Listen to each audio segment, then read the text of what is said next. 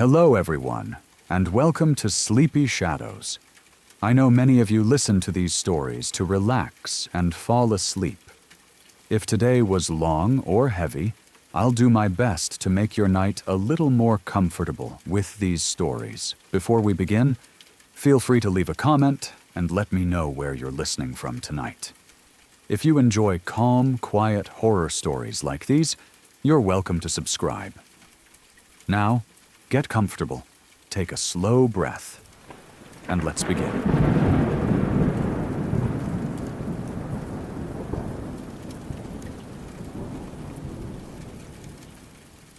This is one of those stories that still makes my stomach drop when I think about how close everything came. Not because I did something brave, or because I handled it well, but because of how ordinary it all felt at the time. How easily it could have been dismissed as drama or exaggeration, or just one of those strange situations people move on from without realizing how dangerous it really was. I knew this girl casually. We weren't dating. We weren't especially close. But we were friends in the loose, early 2000s sense of the word. We talked. We hung out sometimes. We messaged online. Nothing serious, nothing intense. Just enough familiarity that if something felt wrong, I noticed. One day, she stopped answering her phone. At first, it didn't feel alarming. People miss calls, phones die, texts go unanswered. I sent a message, then another. Hours passed. That's when it started to feel off. She was usually quick to respond, even if it was just a short reply. On silence from her wasn't normal. Eventually, she answered. Her voice was tense and quiet. Not just stressed, but controlled in that way people get when they're scared and trying not to show it. She told me she was locked in a guy's dorm room at UMBC. She didn't give a long explanation. She didn't need to. The way she said it made everything feel urgent. I asked if she was okay. She said she didn't know. I asked if the door was locked from the inside. She said yes, and before I could even process what that meant, she handed the phone to him. He got on the line like this was normal, like there was nothing strange about it. His tone was aggressive from the start, defensive. He said she was overreacting, that she was fine, that I needed to mind my own business. We started arguing immediately. I told him to let her go. He laughed it off. I told him I was on my way. That changed his tone. I remember saying something along the lines of, "Of course, I'm coming to campus right now to deal with this." I didn't really have a plan. I was running on adrenaline and anger. I didn't like the way he was talking. I didn't like that she sounded scared. I didn't like that he thought he was in control of the situation. I got in my car and drove. While I was on the way, she called me back. She said she had gotten out. She didn't explain how. She just said she was free and wanted to leave campus immediately. I picked her up nearby. She was shaken. Quiet. She kept looking around like she expected him to appear out of nowhere. I told her I wanted to confront him. She said no. Not hesitantly. Firmly. She told me he felt wrong. That something about him made her skin crawl. That she didn't want him to see either of us again. I listened. I took her home. At the time, I thought that was the end of it. A close call. A creepy situation that didn't escalate. Something we'd both move on from eventually. I didn't understand yet that people like him don't just disappear because one plan didn't work. A few days later, I logged into AOL Instant Messenger. This was 2005. AIM was how everyone stayed in touch. You had a screen name, a buddy list, and conversations that felt private because the internet was still smaller, less searchable, less exposed. I had a message waiting. It was from him. I didn't recognize the screen name at first, but it didn't take long for it to become clear who it was. The message wasn't subtle. He was angry, threatening. He told me he knew who I was, my full legal name, My address, where I lived, that part shook me more than the threats. Back then, finding that kind of information wasn't as easy as it is now. You couldn't just Google someone and get everything. The fact that he had taken the time to dig that deeply felt intentional, focused. He threatened to kill me. He threatened to kill her. He wrote it out plainly, like he wanted it to sit there on the screen and be read over and over again, like he wanted to see if fear would change how I responded. I didn't react the way I probably should have. I was young. I was angry. And I genuinely believed he was bluffing. In my mind, this was just some guy hiding behind a keyboard, trying to scare people because that's all he had. So I called his bluff. I told him if he wanted to meet, I'd be ready. I told him he didn't scare me. I treated it like trash talk instead of a warning. Looking back, that was naive, reckless. But at the time, it felt like the right way to handle someone I thought was all talk. The messages stopped. Life went on. And then, weeks later, the news broke. A woman he had met through MySpace went on a date with him. She never came home. The details that came out afterward were horrifying. What he did to her wasn't impulsive. It wasn't an accident. It was planned, violent, and deliberate. But he killed her. He violated her. He mutilated her body in an attempt to make identification difficult. The man I had argued with online. The man who had locked my friend in a dorm room. The man who had threatened us both. It was the same person. He was arrested not long after. Faced with overwhelming evidence, he eventually pleaded guilty to avoid the death penalty. His name was John Gomer, and the media started calling him the MySpace killer. I remember sitting there, staring at the screen, while feeling physically sick. The realization hit in layers. First, that he wasn't bluffing. Second, that my instinct about him had been right, even if I didn't fully understand why at the time. Third, that my friend could have been the one in those headlines. And fourth, that I had been closer to real danger than I ever wanted to admit. I replayed the messages in my head. The way he spoke, the confidence, the entitlement, the anger when he felt challenged. It all made sense in hindsight. But at the time, it had felt like just another online confrontation. That's the part that still scares me. How easy it is to underestimate people like that.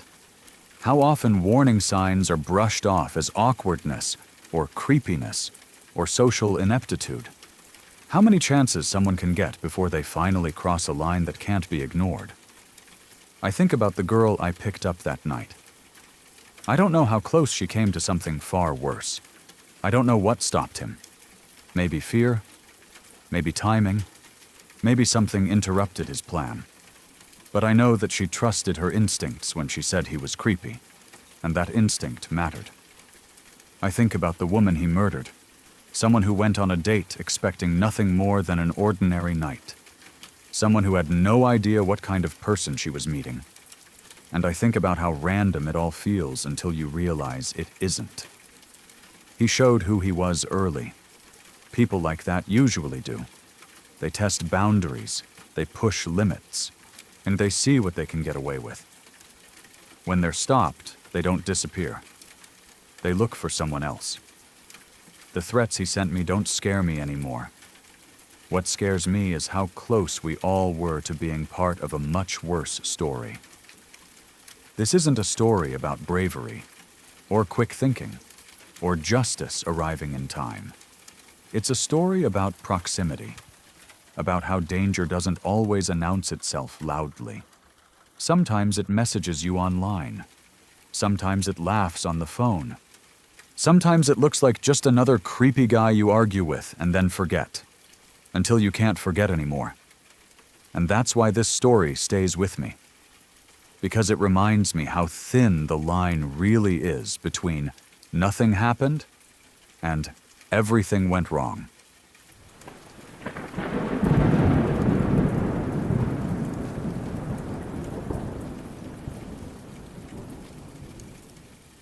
This story still sits heavy in my chest, even though so many years have passed.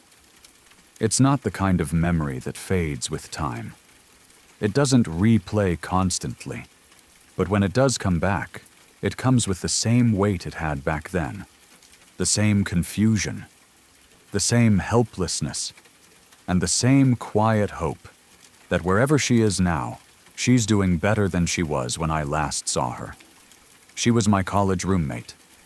We weren't best friends in the way people sometimes expect roommates to be. Plus, we didn't share every secret or spend every moment together. But we lived in the same space. We shared routines, late-night conversations, the kind of closeness that forms simply from being around each other every day. You learn each other's moods. You notice when something feels off. That's why I knew right away that something was wrong. She came back from a party one night, acting completely different. Not just drunk, not just hungover, but different in a way that's hard to explain if you haven't seen it before. Her movements were slow and disconnected, like her body and mind weren't fully in sync. Her eyes didn't focus properly. She barely spoke. At first, we thought she had just had too much to drink. College parties are messy. People overdo it. People come back sick or embarrassed or exhausted. It happens. We helped her into bed, gave her water, told her to sleep it off. But the next day, she didn't bounce back. She stayed in bed all day, and the next day, and the day after that. She barely ate, she barely talked. She kept the lights off, the curtains closed. When she did move, it was slow and painful. That's when we started noticing the bruises. They weren't small. They weren't in places you'd expect from falling or bumping into things. They were scattered across her body, dark and angry looking. Arms, legs, hips. She brushed it off when we asked. Said she didn't remember much. Said she must have fallen. But none of us really believed that. What scared me most was how hard she tried to stay asleep. She started drinking NyQuil constantly, not because she was sick, but because she wanted to stay unconscious. She told us she couldn't handle being awake, that sleeping was the only time her body felt quiet, that when she woke up, everything felt wrong. We didn't know what to do. We knew something bad had happened, but we didn't know what. And she didn't either, at least not in a way she could articulate. She kept saying she couldn't remember, that her mind felt foggy and broken, that there were gaps she couldn't fill in no matter how hard she tried. So we did the only thing we could. We stayed close. We brought her food, sat with her, made sure she drank water, took turns checking on her when she slept too long. We didn't push her for answers. We didn't demand explanations. We just tried to be there, hoping that whatever it was would pass, or that she would slowly start to feel like herself again. But it didn't get better. It got worse. One day, not long after that night, she suddenly started screaming in the bathroom. Not crying, not yelling, screaming. It was a sound I'll never forget. Pure pain and fear mixed together. She was shaking so badly she could barely stand. She said it hurt when she tried to pee. She was burning up with fever. Her skin was hot and clammy at the same time. Or that was the moment everything shifted from confusion to urgency. We didn't debate what to do. We didn't hesitate. We got her dressed and took her to the hospital immediately. She was barely coherent by the time we got there, shaking, crying, apologizing over and over for being a burden, like she had done something wrong just by being sick. At the hospital, things moved fast.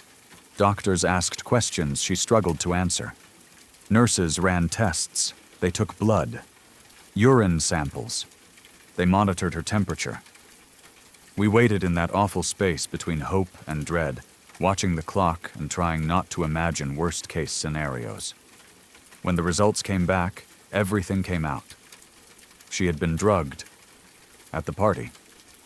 Her system showed signs of substances she had not taken willingly. Substances that explained the memory loss, the disorientation, the way her body had seemed disconnected from her mind. And then there was more. She had been sexually assaulted. Not by one person, by multiple people. At a fraternity party. She hadn't remembered because she hadn't been conscious in the way people need to be to form memories. Her body had been there, but she hadn't been able to consent, resist, or even fully understand what was happening. And as if that wasn't cruel enough, she had contracted herpes from the assault. That diagnosis broke her in a way I didn't know was possible. I watched the life drain out of her face as the doctor spoke. Watched shame and fear and grief all collapse inward at once. She kept saying she was dirty, that she was ruined, that no one would ever love her again. No matter how many times we told her none of it was her fault, she couldn't hear it. Trauma doesn't listen to logic. The days after that were a blur. She withdrew completely. Stopped going to class, stopped answering messages, stopped engaging with the world around her. Her parents came. There were meetings with the school on discussions about medical leave, counseling options, legal questions that felt impossible to answer. She left school that semester, packed up quietly. No goodbye party, no closure, just an empty bed and a room that felt wrong without her in it. After that, I never heard from her again. No messages, no updates, nothing. I don't know if she transferred, if she dropped out, if she went home and stayed there, if she got help, if she healed, if she still carries that night with her every day. I hope she does. I hope she found support. I hope she found people who believed her and protected her. I hope she learned in time that what happened to her did not define her worth. What haunts me isn't just what was done to her. It's how invisible it almost was. If she hadn't gotten sick, if her body hadn't reacted the way it did, we might never have known.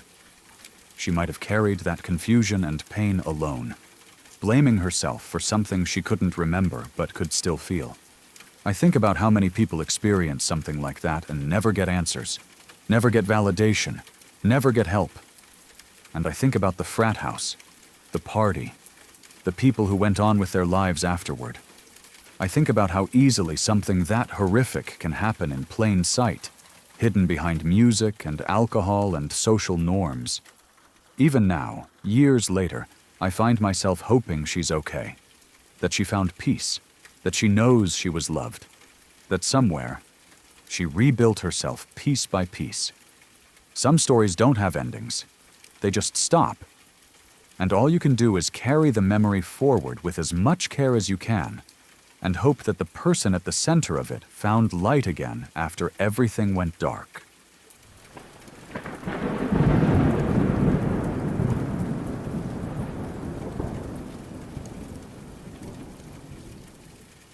What makes this case so disturbing is not just the accident itself, but everything that happened afterward.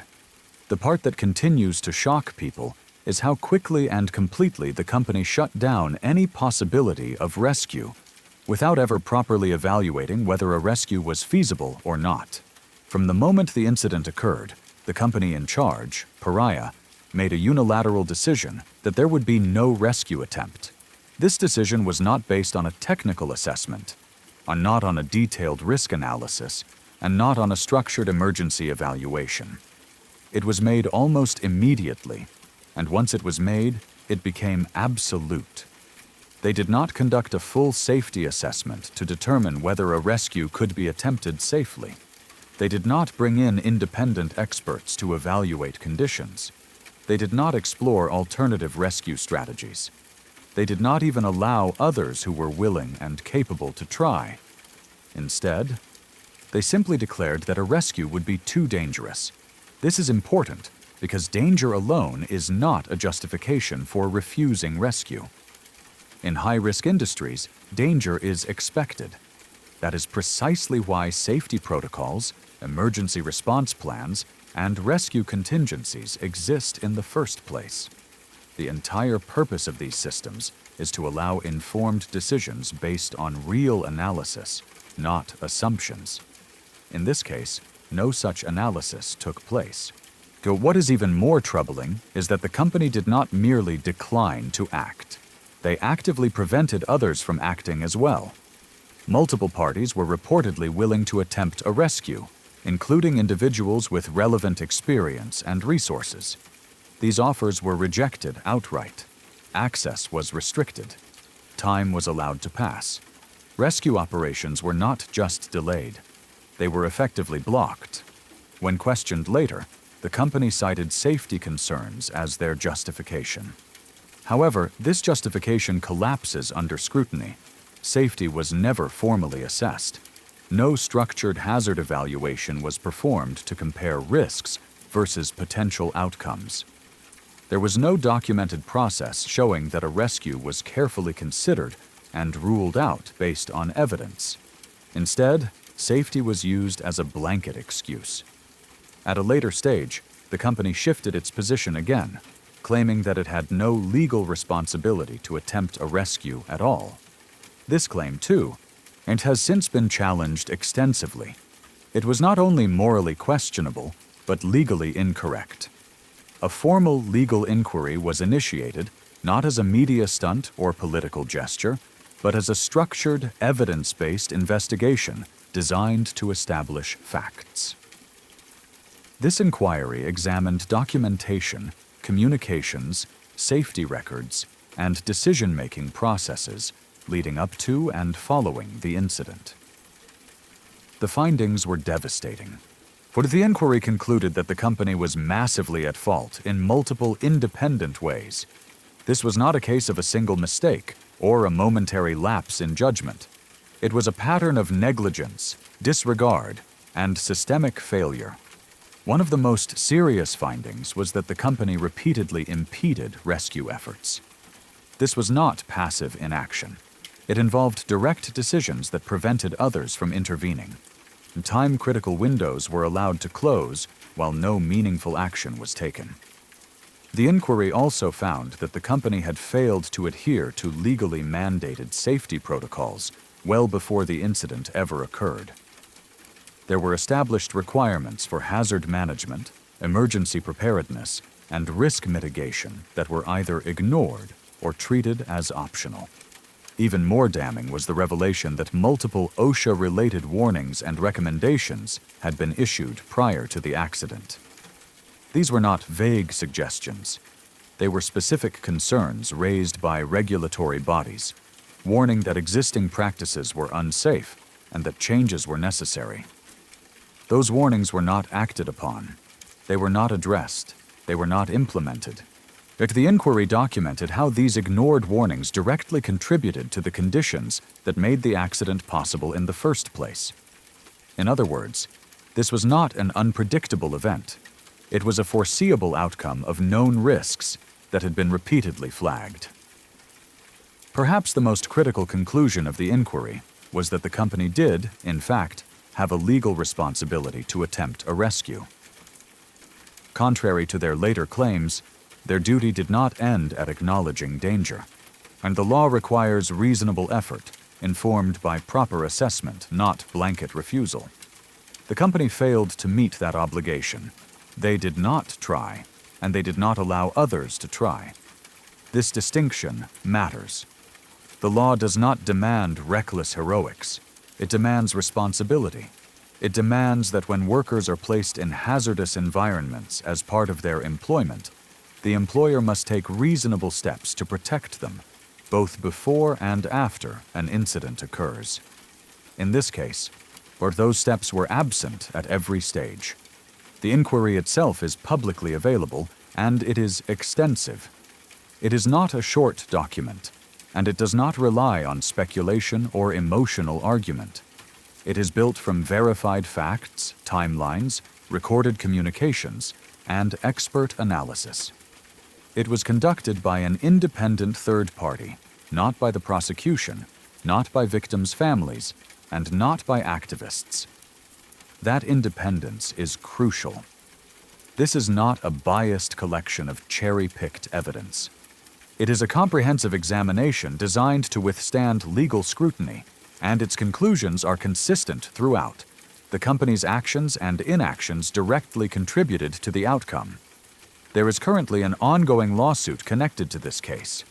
That legal process is still unfolding, and it will ultimately determine consequences. But regardless of the final judgment, the inquiry has already established something important. This was not an unavoidable tragedy.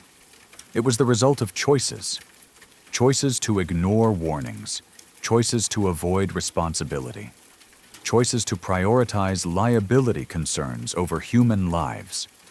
What unsettles many people is not just the loss itself, but the realization that the systems meant to protect workers failed so completely, not because they didn't exist, but because they were disregarded.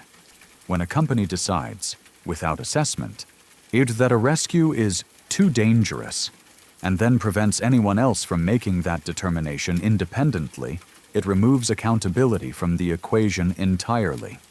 It replaces evidence with authority and caution with convenience. That is why this case continues to resonate so strongly. It forces uncomfortable questions about corporate responsibility, about the value placed on workers' lives, about how often safety rules are treated as paperwork rather than obligations, and about how easily institutions can retreat behind legal language when confronted with their own failures. The inquiry does not speculate on intent. It does not claim malicious desire. What it documents is something more mundane and often more dangerous: indifference, complacency, and the normalization of risk. And that, perhaps, is the most damning conclusion of all.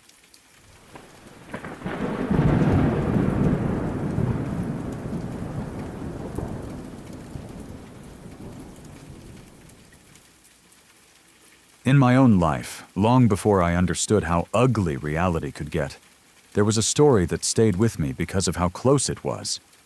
It didn't happen on the news. It didn't involve strangers. It happened in the orbit of someone I had known since childhood, someone whose house I had been to, whose family I had sat around with, never imagining the kind of darkness that was quietly living there. My childhood best friend grew up in a complicated family. There was a lot of instability, a lot of addiction, and a lot of things that people just didn't talk about openly. Her grandfather was an alcoholic. Everyone knew that. It wasn't a secret. It was just one of those things families learn to live around. His girlfriend was also an alcoholic, and their relationship was chaotic in the way only two deeply addicted people can be. At some point, the girlfriend disappeared. At first, nobody panicked. She had vanished before.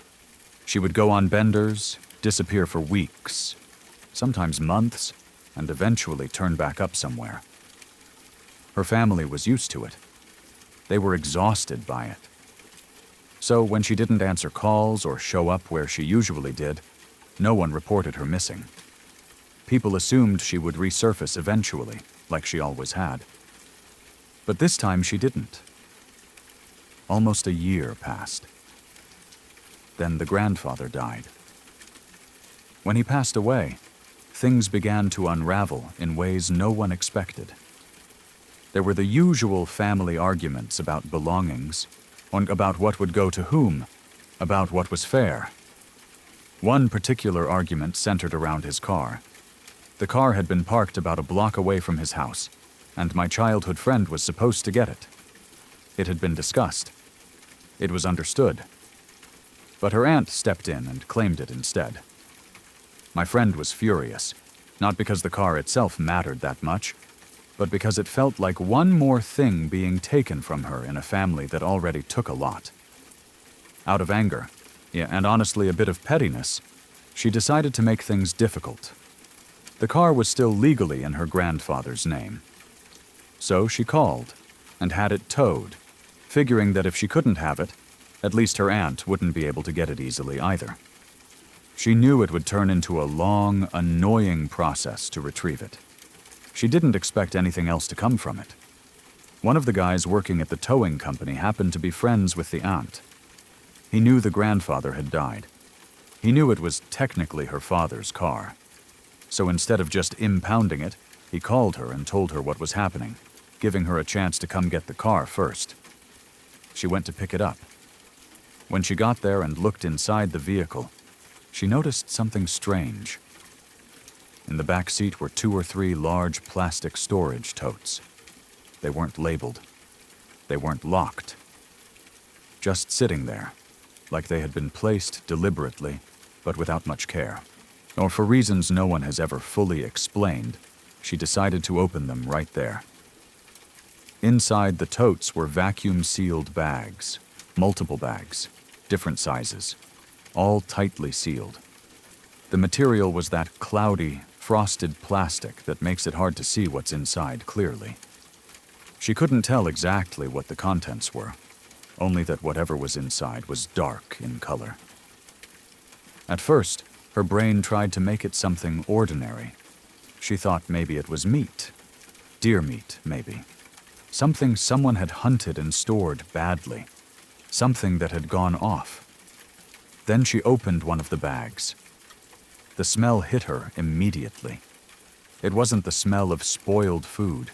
It was something far worse. Something unmistakable once your brain catches up to what your nose already knows. When she actually looked inside the bag, she saw a human hand. That was the moment everything shifted. She called the police. They arrived quickly, secured the car, and took the totes away. But the vehicle was seized as evidence. The aunt never got the car. My friend never got the car. In the end, it didn't matter. The truth inside it outweighed any family argument about ownership. The investigation confirmed what no one wanted to believe. The grandfather had killed his girlfriend. He had dismembered her and stored her remains in those vacuum-sealed bags inside his car. She hadn't run off. She hadn't disappeared voluntarily.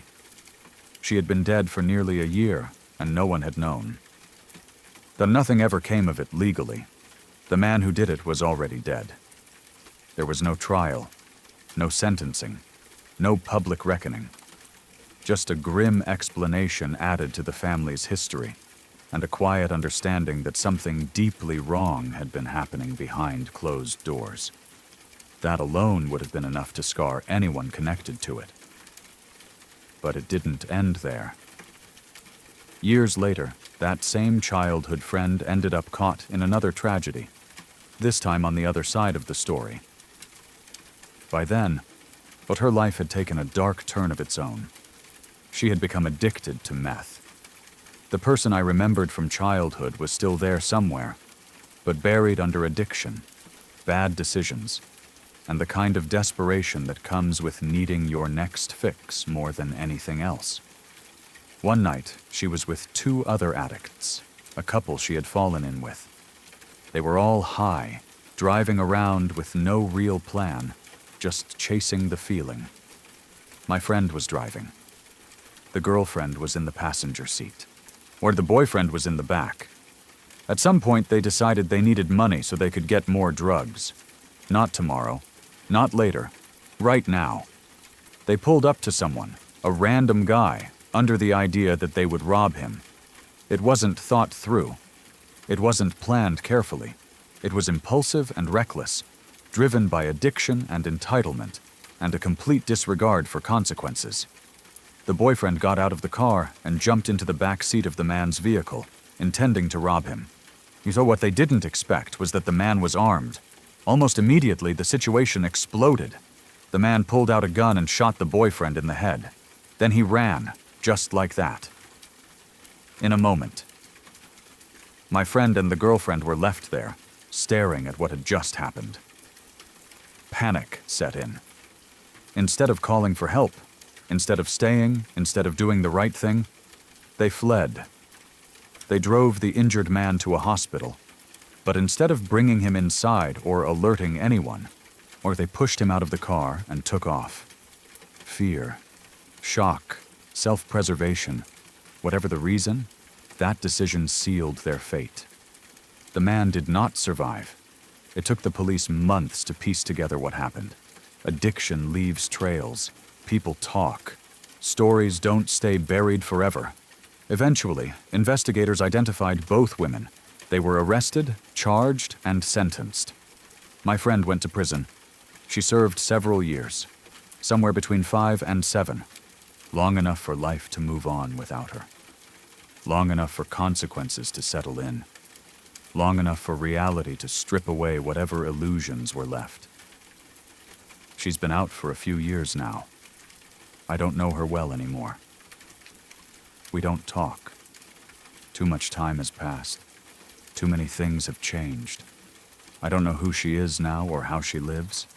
I don't know if she's clean. I don't know if she's at peace. What stays with me is how closely violence followed her life, even before she ever touched drugs. How addiction, neglect, and secrecy created a chain of events that kept circling back to the same kind of ending.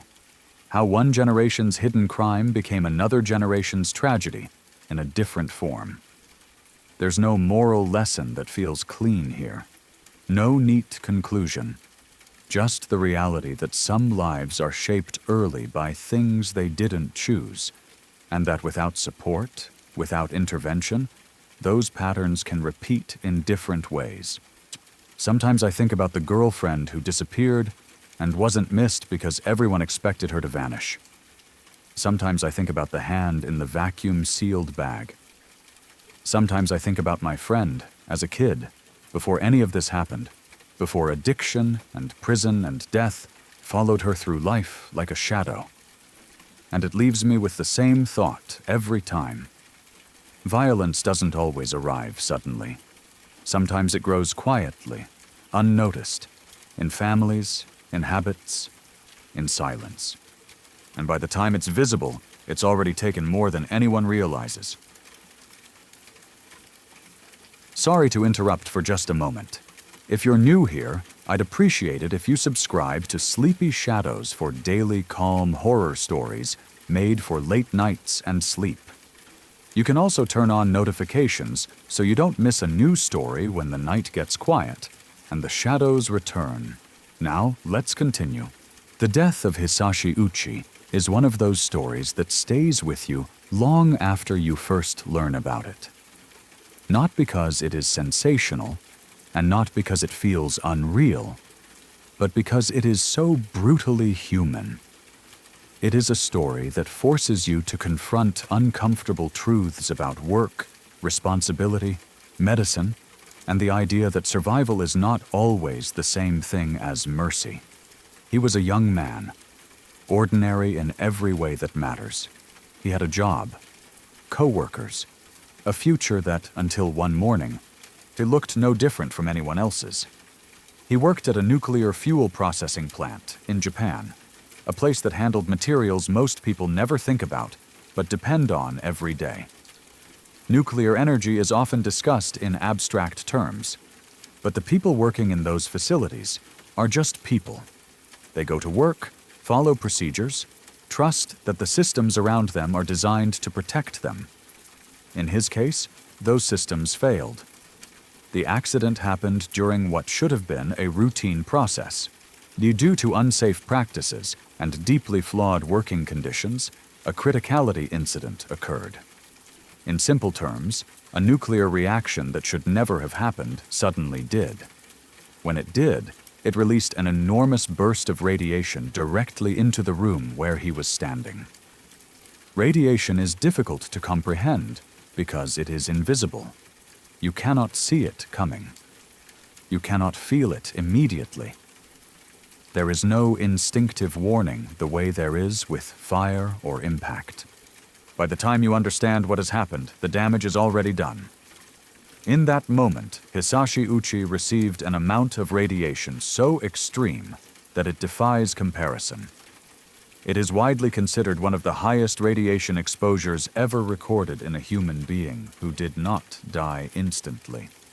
His body absorbed a dose that shattered the most basic mechanisms that keep a person alive. At first he was conscious. That detail alone is horrifying. He did not collapse and die on the spot. Though he did not lose awareness immediately. He was rushed to the hospital, where doctors quickly realized that this was not a case they had ever truly faced before. The scale of the exposure was unprecedented. His cells, at the most fundamental level, had been destroyed. Radiation at that level does not simply injure tissue. It dismantles the body's ability to repair itself. DNA breaks apart. Cell division becomes impossible. The systems that constantly regenerate blood, skin, and immune defenses stop functioning. The body becomes unable to replace what it loses. Despite this, a decision was made to try to keep him alive. Over the next 81 days, some of the most skilled doctors in the world attempted to do exactly that. They were not cruel people. They were not indifferent. They were acting within a medical culture that prioritizes life at almost any cost, especially when a patient is young. But the human body has limits. As days passed, it became increasingly clear that his condition was not improving. It was deteriorating in ways that medicine could not reverse. His immune system collapsed. His skin, which constantly renews itself in healthy people, could no longer do so. His blood cells could not regenerate properly. Infections became constant and unavoidable. Every system that normally works silently in the background of a living body began to fail. And yet, he was kept alive. Machines breathed for him. Transfusions replaced what his body could no longer produce. Interventions stacked on top of interventions. Each one bought time, but none restored function. His body was no longer healing. It was only being sustained. What makes this story so disturbing is not just the physical suffering, but the ethical questions it raises. At multiple points, it became clear that survival in any meaningful sense was no longer possible. The treatments were no longer aimed at recovery, but at delay. He reportedly experienced extreme pain. His condition required constant management just to keep him conscious or sedated. There were moments when he was aware enough to understand that he was not getting better. That awareness adds a layer of cruelty that no medical textbook can prepare you for. This is where the story stops being about radiation and starts being about philosophy. At what point does saving a life stop being an act of compassion and start becoming an act of harm? Medicine is trained to fight death. That instinct has saved countless lives. But Hisashi Uchi's case demonstrates the other side of that instinct. The side where the tools designed to preserve life can also prolong suffering beyond anything the human body was meant to endure. There was no chance of recovery, no path back to health, no future in which he could leave the hospital and live. The outcome was inevitable from very early on. And yet, the fight continued. Some argue that the doctors were trying to learn, that in an unprecedented situation, they believed there might be something to gain medically. Others argue that the cultural and legal environment made it nearly impossible to withdraw treatment, especially without explicit consent. But none of that changes what happened to him as a person. For 81 days, his body continued to shut down piece by piece. Each day was not a step toward healing, but another step deeper into irreversible failure. His death was not sudden. It was prolonged, managed, overseen. When he finally died, it was not a relief in the dramatic sense. It was the end of something that should never have been allowed to continue as long as it did. His story is tragic not only because of the suffering he endured, but because it was preventable. The accident itself was the result of unsafe practices. The exposure should never have happened. And once it did, the response raised questions that still have no easy answers. Sometimes survival is confused with success. Sometimes extending life is mistaken for preserving dignity. Hisashi Uchi's death forces us to confront the reality that medicine, like any system, can cause harm when its goals are not carefully examined. It forces us to ask whether there are circumstances where letting go is more humane than holding on. There is no villain twirling a mustache in this story. There are failures, yes. Institutional failures, safety failures, ethical failures, but also human beings trying to do what they believed was right, even as the outcome grew more horrific by the day. That complexity is what makes the story linger. It is not an easy story to tell. It is not an easy story to hear. And it is not one that offers comfort.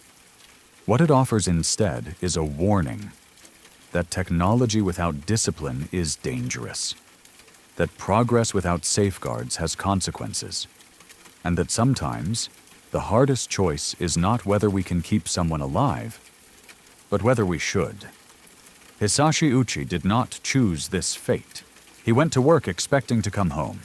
Instead, he became a symbol of one of the worst outcomes imaginable, not because of malice, but because of negligence and a refusal to accept limits. His suffering reminds us that life is not just measured in days, but in dignity, awareness, and the ability to experience anything beyond pain. And sometimes, the most compassionate act is not to fight death endlessly, but to recognize when that fight has already been lost.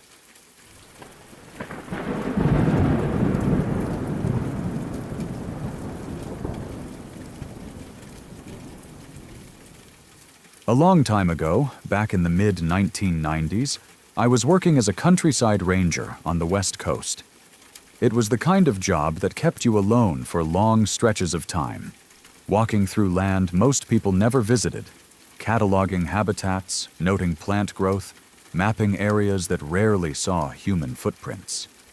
It was quiet work, steady and methodical, and it gave you a deep familiarity with how the land behaves when people are not around. One day, I was carrying out a Phase 1 habitat survey in a stretch of unmanaged woodland. This wasn't a hiking trail or a campsite. It wasn't marked, maintained, or monitored. It was the kind of place you only entered if you had a reason to be there. Dense trees, thick undergrowth, uneven ground. A place where sound doesn't travel far and everything feels closed in. I wasn't expecting to find anything unusual. Then I saw the tent. At first it barely registered as human.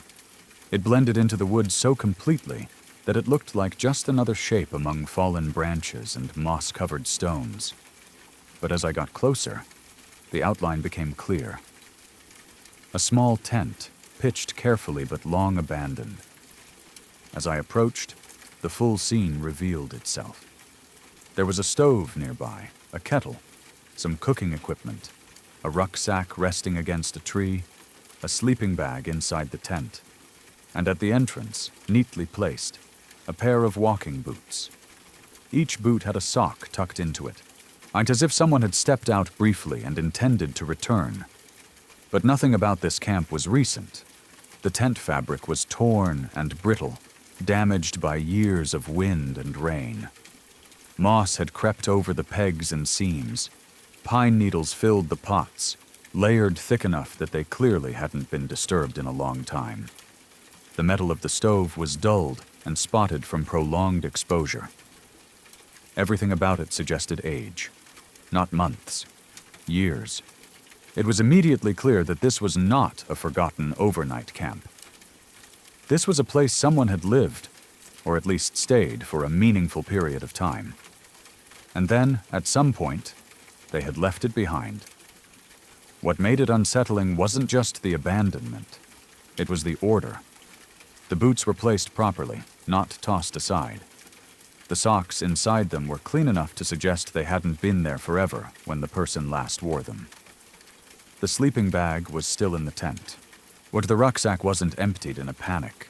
It still contained a few personal items, including some clothing. And then there was the flute. It sat there quietly among the other belongings, untouched by time, in a way that felt strangely personal. A musical instrument is not something most people carry into remote woods, unless it means something to them. It suggested someone who wasn't just passing through, but settling in, even briefly. Someone who spent time alone. Someone who had moments to fill. What wasn't there was just as important. There was no identification. No papers, no wallet, no notes. Nothing with a name or a date or any clue to who this person was or where they came from. No signs of struggle. No damage suggesting violence. No remains. No obvious path leading away from the site. Just absence. I reported the find immediately. Police were contacted. Mountain rescue teams became involved. Search dogs were brought in. The local residents were asked if they remembered anyone camping in the area years earlier. The surrounding woods were searched thoroughly. The terrain was difficult, but not impossible. Teams spread out. Dogs tracked scents that led nowhere. Volunteers combed streams, ravines, and clearings. Nothing turned up. No bones, no clothing, no campsite debris beyond what had already been found, no footprints preserved in mud or leaf litter, no personal effects discarded along a route. Not even a clear direction of travel. Weeks passed, and still there was nothing. The woods swallowed the story whole. The conclusion, if it can be called that, was that a person had been there for some time, and then had simply vanished. Whether they left willingly, wandered off, became injured, or met some other fate could not be determined. There was no evidence to support any theory strongly enough to follow. Cases like that are deeply unsettling because they deny you closure. There was no body to mourn, no crime to investigate, no explanation to accept, just a life that intersected briefly with the landscape and then disappeared without a trace. What stays with me, even now, isn't fear so much as a quiet sadness. Whoever that person was, they had a reason for being there. They had taken the time to make a small home in the woods. They had arranged their belongings with care. They had brought music with them. Something made them leave. And whatever that something was, it didn't allow them to take even the most basic things. Not their boots, not their rucksack, not their flute. I've walked through a lot of wild places since then. I've found illegal camps, forgotten gear, evidence of people trying to live off the grid. But nothing has ever felt quite like that discovery. That camp didn't feel abandoned in anger or haste. It felt interrupted, as if someone stepped away for a moment and never came back. The land eventually reclaimed the site. Moss continued to spread. Fabric continued to rot. Metal continued to dull. If you walked through that same area today, you might never know it was there unless you were looking very carefully. And that, maybe, is the most unsettling part. The world keeps going. Forests grow. Paths disappear. And sometimes, a person simply fades out of the story, leaving behind only the quiet outline of a life that once existed, and a single unanswered question echoing through the trees. What happened to the person who left their camp and their flute behind? I'll never know, and neither will anyone else.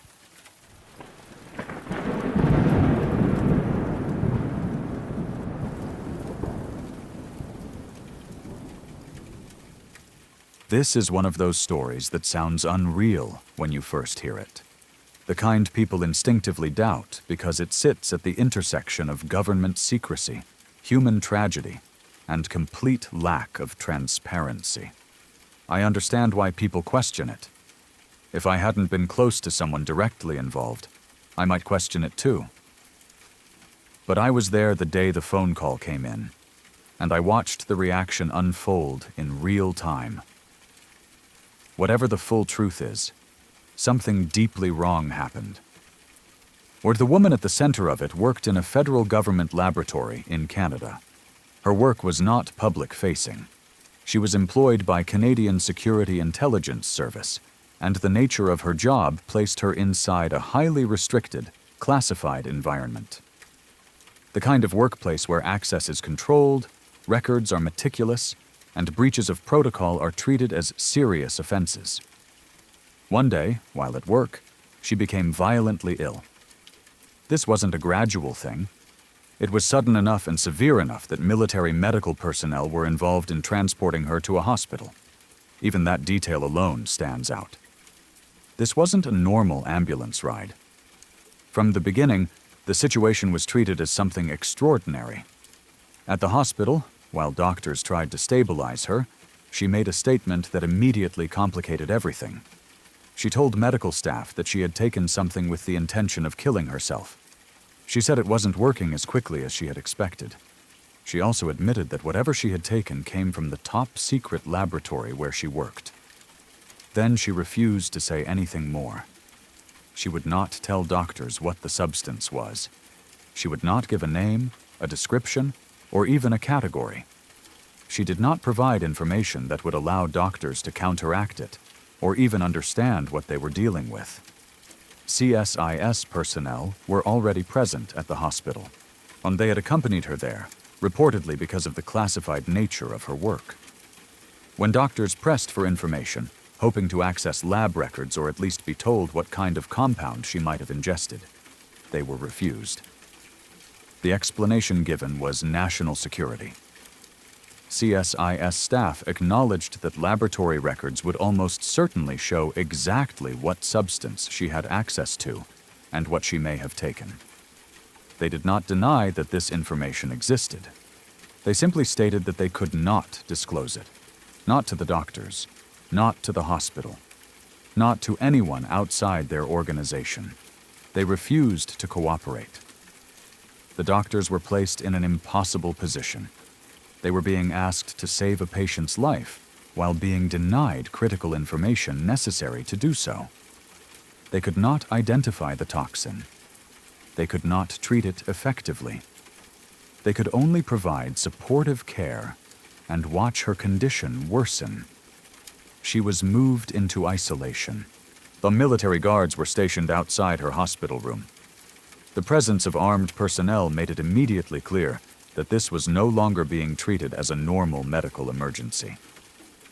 Access to her room was tightly controlled. Her parents were not allowed in. Her husband was not allowed in. No family members were permitted to see her. This part is difficult to grasp emotionally. Regardless of security concerns, this was a woman dying in a hospital bed, yet her loved ones were physically nearby and yet completely barred from saying goodbye. No explanation was given to them that satisfied even the most basic human need for understanding. She lingered for several hours. During that time, she never revealed what she had ingested. She did, however, say one thing that has stayed with me. She told staff that no one else would be harmed by what she had done. It was a strange reassurance, given the circumstances, but it suggested awareness and intent. She knew what she had taken. She knew what it would do, and she believed the damage would end with her. Eventually, she died. What happened next only deepened the unease surrounding the case. Her body was claimed by the government. There was no traditional release to family, no private funeral arrangements, no viewing. She was reportedly cremated at an unknown government facility. Her ashes were never returned to her husband or her parents. As far as anyone involved has been able to learn, or the family was never told what was done with her remains. They were simply gone. The husband, desperate and confused, began making calls. He contacted a colleague of mine, someone he had known socially through university connections. He was looking for legal help. He wanted to force the hospital or the government to allow him to see his wife before she died, or at least to understand what was happening. My colleague was not a lawyer with expertise in national security or emergency injunctions. He did what he could and referred the husband to someone more qualified. But by then, time was already slipping away. I remember the call. I remember my colleague's reaction after he hung up. He was visibly shaken. This was not someone prone to exaggeration or emotional displays. He was stunned, not only by the suicide attempt itself, but by who it involved. He said she was the most stable, law-abiding, ethical person he had ever known. This was someone who followed rules, someone who respected structure and protocol, someone who took responsibility seriously.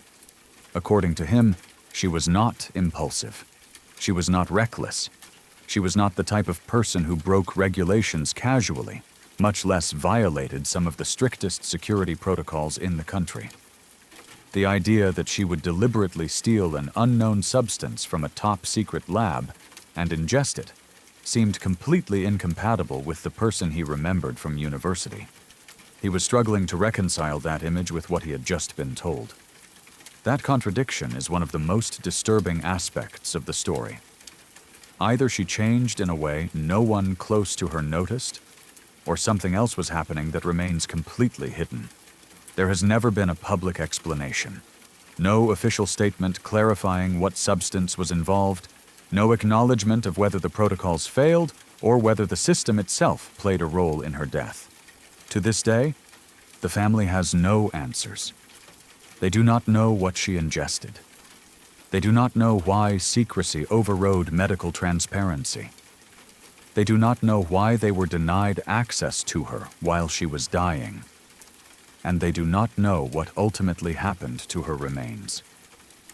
If this were a fictional story, it would be criticized for being unrealistic, too opaque, too cruel, too convenient in its unanswered questions. But it happened. And the most unsettling part is how quietly it happened. Or there was no public reckoning, no scandal, no accountability that anyone outside a small circle was ever aware of. The machinery of the state moved efficiently, sealing off information and minimizing exposure, while a family was left in the dark. The story lingers not because it proves anything extraordinary, but because it exposes how powerless individuals can become when secrecy takes priority over humanity. It raises uncomfortable questions about where ethical obligations end when national security is invoked, and who gets to decide when a life becomes secondary to information. I don't claim to know the full truth. I don't know what she took. I don't know why she did it. I don't know whether there were pressures or circumstances no one else saw. What I do know is that a woman died slowly in a hospital room, surrounded by guards instead of family, while doctors were prevented from doing their jobs, and her loved ones were denied even the most basic closure. And that knowledge has never sat right with me. Some stories don't frighten you with monsters or violence. They frighten you with silence, with closed doors, and with the realization that sometimes entire lives can disappear behind the words national security, leaving nothing behind but unanswered questions and grief that has nowhere to go. If you're still here, it means these stories didn't just fade away, they stayed with you. Each one was shared to feel real, quiet, and close. Moments that could happen to anyone. Moments where something felt wrong, or nearly did. If you'd like to keep listening to stories that linger long after they're told, consider subscribing to Sleepy Shadows. There are more waiting in the dark, and not all of them disappear by morning. Good night.